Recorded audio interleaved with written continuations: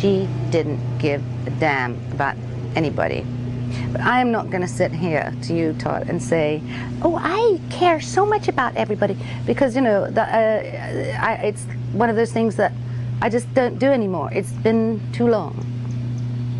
How would you characterize yourself today as Joan I never characterize myself, ever.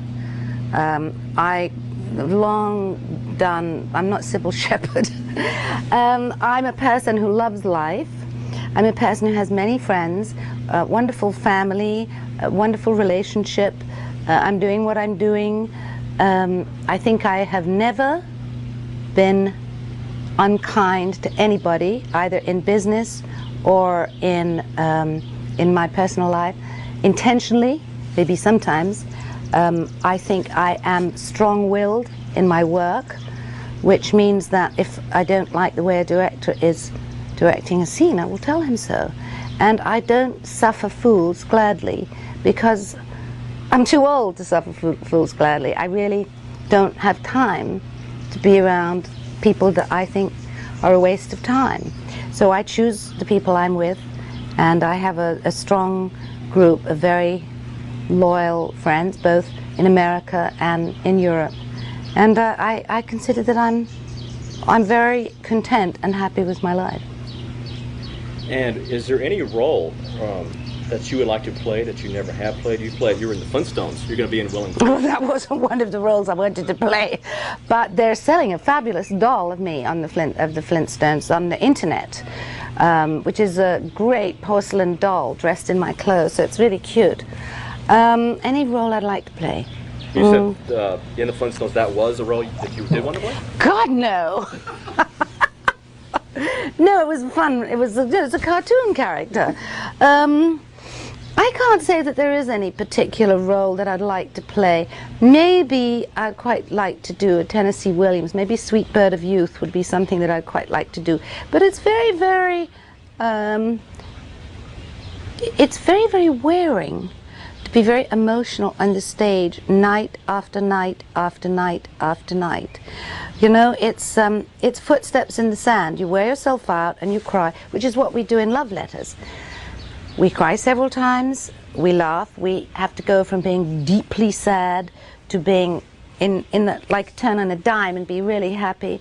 This all takes place on the stage in front of the audience. So I think that doing theatre is much more it's much more difficult than the movies, because if you do a scene in a movie where you're crying, you give it your all, maybe 3, 4, 10 takes, and then it's done. And they choose the best of those takes, and that's what the audience see. But in the theatre, you have to do it every night, and you have to pull out the best possible performance you can. And sometimes you don't manage to do it. Sometimes you don't do as good a performance on Thursday that you did on Wednesday. And it has to do with, maybe it's the audience, maybe that you're tired. I don't know, but it's different every night, that's for sure. What's next for you after this? A long, long holiday. I've got Will and Grace coming out next week on Tuesday, I think, which was fun. And I'm going to be doing that in the fall. I'm going to come back in that in several episodes. And that's as far as I've gone. That takes me up to the end of the year, practically. I was going to say, how do you like the Will and Grace? I saw you on E! yesterday. Oh, yes? I don't know if you saw that or not. No. I think you were wearing pink. They were interviewing you. I guess I don't know when that was, but you're talking about it. What do you think of Will and Grace, the show? I think it's a great show. Very modern, very much a show for 2000, and the actors are great in it. Really good. Great. Anything else? We can talk about my book. Go for it. Take that bit out. I say, you've got a new book out now. Yeah, tell me about. I had that written down actually. Can you cut this? Oh yeah, this is. You want a copy of the book? Oh. Have you got a copy of it? Oh yeah. Tell me about that. Okay, so he's going to bring one.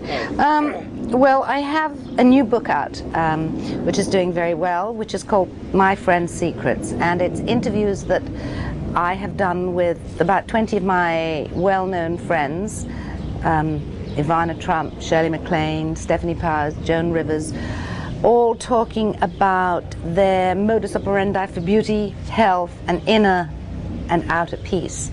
All of them go and talk on different subjects. In other words, Diane Carroll, for example, talked a great deal about breast cancer, and Ali McGraw talked about her addiction to alcohol, which is interesting because that's what Melissa deals with in Love Letters, and it's illustrated, and it was quite difficult to do because I had to do interviews with all these women, and when the interviews were transcribed, sometimes they don't sound as interesting as they should. So not all of them, of course, just one or two, but I think it works out well.